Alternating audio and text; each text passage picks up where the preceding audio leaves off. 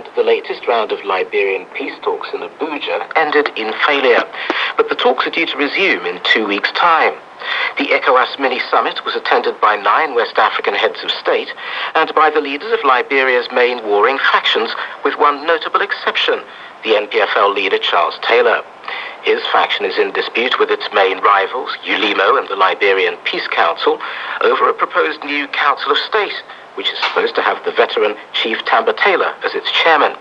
It's also no secret that Chea Tailor is at loggerheads with Nigeria, whose troops dominate the ECOMOG peacekeeping force. Nigeria's Foreign Minister, Tom Ikimi, is in Abuja, and on the line, Joan Tull asked him if he was disappointed at the way the talks had fizzled out.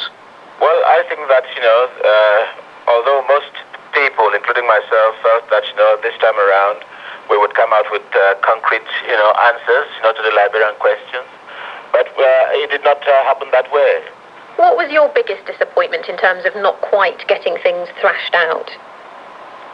NPFL had a very strong delegation, but it was not represented by its leader, Mr. Chea Tailor. And we had almost 99% of agreement in most areas of contention. And it tended to be that, the Chea Tailor faction did not seem to go with the rest. A lot of people are actually blaming Chea Tailor's NPFL for the lack of lack of solid conclusions to this particular summit. Do you also blame the NPFL?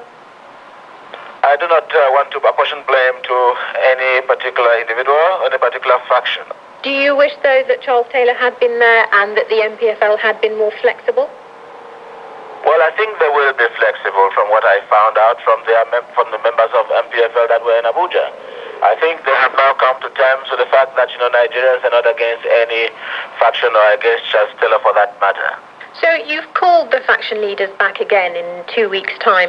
What do you think will have changed by then? Surely in 2 weeks we're going to still be reporting that there has been no breakthrough.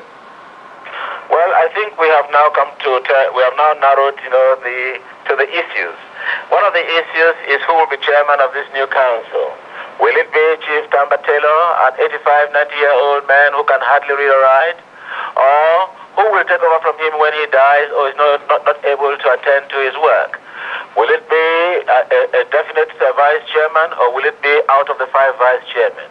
These are the issues which are now being addressed. And do you think that they can be resolved now, if they haven't been resolved in the past? And it was a golden opportunity, Abuja, and it seems to have slipped through everyone's fingers. The world now knows, Liberians themselves now know that the problem lies in their own hands. Now, you seem to be suggesting that the idea that Chief Tamba Tailor ought to be chair of the council is not a good one, but isn't that at least one of the things that had been agreed by everybody except for the Liberia Peace Council? For me, I met Chief Tamba Tailor for the first time 3 days ago. The head of state of Nigeria, General Sani Abacha, met Chief Tamba Tailor for the first time 3 days ago.